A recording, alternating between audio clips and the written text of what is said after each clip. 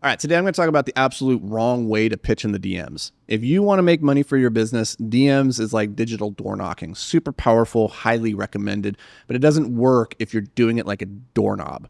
And I am thinking about this because I had 2 doorknobs today come into my DMs trying to sell me stuff, and I was like, God, you guys are bad at this. And I pointed it out to them, and then one of them dug in, and he's like, no, I'm not bad. You just don't understand. I'm like, okay, I'm telling you, whatever. Like, argue with me on this. But I want to talk about the 2 mistakes that they both made, because this might save you as you're going into the DMs. If you're not converting at a high, rate, it might be because you're making one of these mistakes. The first thing is that both of them came in and pitched right away. Before they even had any kind of conversation with me, before they understood my pain points, it just came in right away and said, here's what I'm doing. Here's how cool I am. Here's my vision. Would you like to schedule a time to chat? And I'm like, I don't know you from any Dick, Dane, Jane, and Tom, Harry, anybody. Like, you're nobody to me. And I look at your social media, there's nothing there. And so I'm sitting here like, if they had taken the time to build out, what we call your personal media empire, which is, if they had DM'd me and I went and looked at the rest of their stuff and they had 1 million followers and they had this deep ecosystem, I'm like, holy crap, there's so much value here. These guys look like awesome. Then sure, then you can come in, you can start pitching me, and I might respond to that. But if you come in and you pitch me just like some stranger on the street and I have no clue who you are, I'm going to ignore you. Now, if you're Tom Brady and you come pitch me on the street, I'm going to listen, right?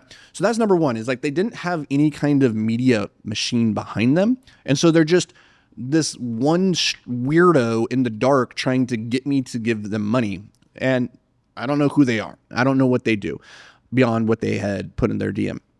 The other problem here is that they didn't know what my problem actually was. They have a solution. They have a hammer, and they're going around telling everybody, here's a hammer that you need. You need this hammer. This hammer is going to solve all your problems. And I'm sitting over here like, I just need a fucking screwdriver.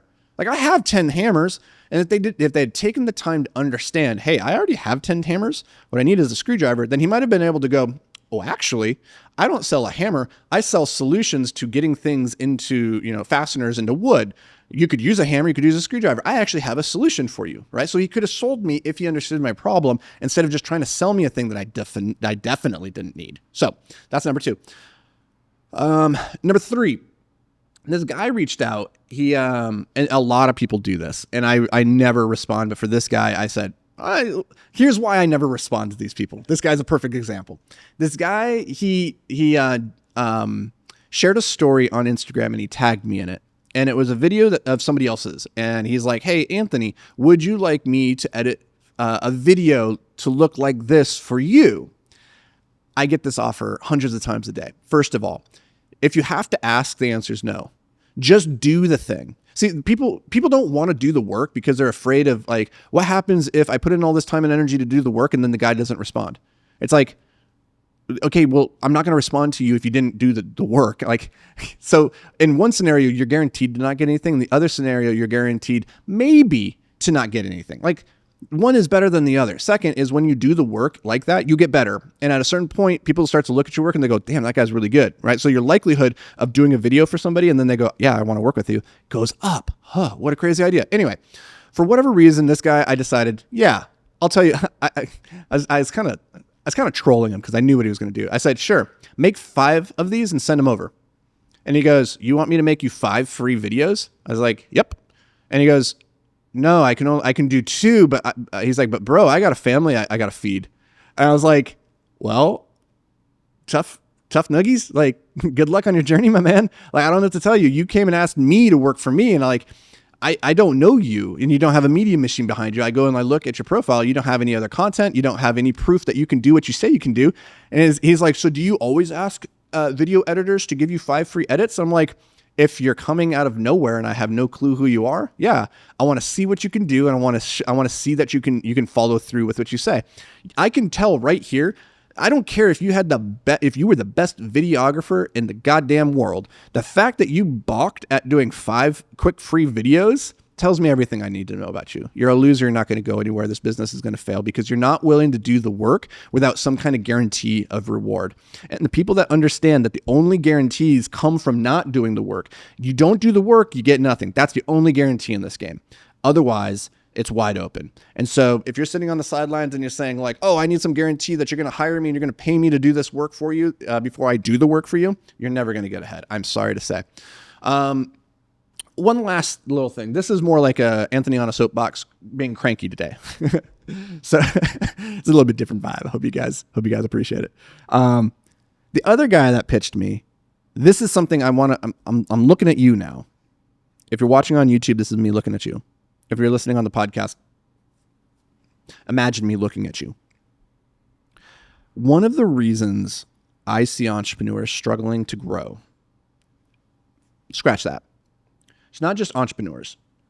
One of the reasons I find people struggling financially, and I know this is a tangent now, but one of the reasons people struggle financially is because they grew up in an environment that told them money is bad, that did not talk about money. It was taboo. They didn't talk about their family. They didn't talk about their income. They didn't talk about taxes and savings. They didn't talk about any of that stuff. And they were raised to believe that wanting money is somehow bad. And yet they want to go and live a life of freedom on their terms. And they think building a business will allow them to do that. And then something twisted happens, is they go into their business and they still have this idea that wanting money is bad. And so they subconsciously sabotage themselves, because at the end of the day, a business exists to make money. If it doesn't make money, it's a hobby. So a business exists to make money. There's nothing wrong with that. What you do with that money is what matters. You can use that to disperse back to your employees. You can use that to make an impact on the world. You could enrich yourself, whatever. But to divorce yourself from the idea that I'm in business for any other reason than to make money is a losing starting position. You have to make money. You have to make money as an entrepreneur. Otherwise, you are not in business. You have a hobby, and that is okay. But you need to know the difference, because you will live a life of stress and disappointment if you tried to build a business that is not profitable and you think it's going to somehow subsidize your life and get you to this financial freedom position. And I see so many people falling into this trap. And this guy that DM'd me today, he's one of those people. And I know it firsthand because, he went into this whole pitching thing, and I started asking him questions. And I don't like to answer people's questions. I like to ask them my own. And I was like, hey, listen, this sounds like a cool business you got here. What's your 3-year goal? Where do you want to be? And he gave me this long paragraph about how he wanted to have this big team of like-minded people that go and change the world. And he wants to transform all of these lives and do all this cool stuff. And I go, cool. At the end of all of that, you didn't say anything about revenue or income or cash flow or any of that stuff. So I'm curious, what are you going to need to bring in from a revenue perspective, from a profit perspective, to do those things? And he goes, well, I can't remember exactly what he said, but he effectively said, I don't think about revenue. I don't think about the money, because business doesn't, he said, business isn't about revenue. It's about scalability. I was like, what does that even mean? He goes, well, if you build the business in a way that you still have to work in it, then you don't have a business, you have a job. He's just reciting all these cliches. And we had this back and forth because I was just trying to get him to admit, tell me a number. What is the number that you're looking for? Because in that conversation, he at one point said something to the effect of his ambition is to build this great team where he can invest and improve his employees' health and their income. And I was like, cool. You want your people to make more money. So what is the business going to have to produce to justify that? What's that number? And he could not even entertain the idea that all of that impact that he wanted to have was on the other side of his business making a certain amount of money and then working backwards from that. Now, there's usually 2 reasons why I find entrepreneurs, and this isn't even an entrepreneur, this is a wantrepreneur, full stop. This guy doesn't actually have doesn't have a business. He's talking the talk. He just he doesn't realize it. There's 2 reasons that people fall into this trap. Number one is because they have this fear that by prioritizing the money, by prioritizing the revenue, and thinking that's an important goal for the business to achieve, that it will somehow dilute the intention behind what they're doing and the impact they could be having on the world. That's baggage that society and their friends or families and poor people have put onto them to say this is, wanting money is a bad thing. That's the first reason why I see a lot of people fall into this. The other side of it is that people don't want to acknowledge what the actual numbers are that would get them to the place that they want to be, because that starts to get pretty damn close to an actual plan. Everything else up to this point was really just gobbledygook dream talk, right? But as soon as you say, I need to make this much, which means I need to reach out to this many people, I need to make this many offers, I need to have this many customers, you start getting pretty damn close to having an actual plan in place. And when you have the actual plan in place, well, now we can say, did you succeed or did you fail? And it's very easy as long as you keep things in like the ephemeral world of dream talk. Like someday I want to impact 1 million people's lives. It's like, cool. We're not going to have to hold you to that because you don't actually have a plan to it. So people get so afraid of like putting their flag in the ground, making their mark and saying, this is what I need to do to get to where I want to go. And I'm going to do it. And if I don't, you're going to see it. You're going to see that I'm not there, right? People don't want to confront that. Anyway. Off topic, went really off onto the tangent here. We started talking about 3 ways not to pitch in the DMs, but hopefully you got a couple different ways not to pitch in the DMs, and maybe you got a little bit of a reframe, something that can kick you in the ass if you're the type of person who's afraid to talk and think in terms of money because they're afraid of what that'll say or what that'll mean or imply about them.